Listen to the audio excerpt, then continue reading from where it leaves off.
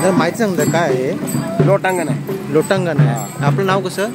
हे आमचे सुरेश महाराज शाळगाव सिद्धनाथ मंदिरमधून लोटांगण घेत असं त्यांच्या इच्छेला म्हणजे हे आहे, अवदान नसल्यागत आहे. प्रत्येक वेळी त्यांच्या मनात अशी भावना झाली की लोटांगण घेते. आतापर्यंत त्यांनी शाळगाव ते मसवड असे 3 वेळा सिद्धनाथाचं लोटांगण घेतलं. त्याच्यानंतर शाळगाव ते सोनारी, मसवड सिद्धनाथाचं मेन ठिकाण सोनार सिद्ध, तिथं 1 वेळ लोटांगण घेतलं. पंढरपूरला लोटांगण घेतले. त्याच्यानंतर शाळगाव ते गाणगापूर 334 किलोमीटर असं 34 दिवसाचं लोटांगण त्यांनी घेतलेलं आहे. त्याच्यानंतर आता शाळगाव ते कुलस्वामी ज्योतिबा मार्गे आदमापूर असं आता आज 21वा दिवस आहे. त्या दिवशी लोटांगणाचा सांगता समारंभ आहे. तरी एवढंच मी बोलून. आपलं नाव कसं सर? माझं नाव दादा सुगोलप. मी येडे उपाळ या गावचा रहिवासी असून हे महाराज जे आमचे मामा आहेत. ओके. ते आमचे गुरुच आहेत.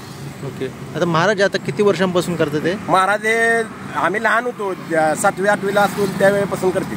हो हो. पूर्ण नाव कसं महाराज? पुन्हा सुरेश मारुती मुळीक, शाळगाव. सिद्धनाथ मंदिर स्वतः त्यांचं म्हणजे लोकवर्गणीतून सिद्धनाथ मंदिर बांधलेलं आहे. तिथं रथयात्रा शाळगावमध्ये मोठी असते. शाळगाव? हा, शाळगाव तालुका कडेगाव जिल्हा सांगली.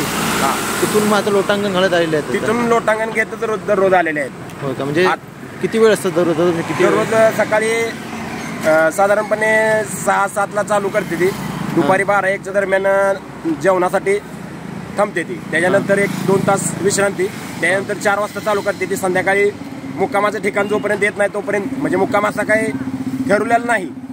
असं सोयीनुसार म्हणजे पाणी वगैरे सोय होईल त्या ठिकाणी मुक्काम करतो. आपण सगळे त्यांच्याबरोबर आहात? हो, हे शाळगाव रहिवासी आहेत सगळे. तुम्ही शाळगाव रहिवासी? चार. नाव कसं? आपलं नाव कसं? नाव कसं आपलं?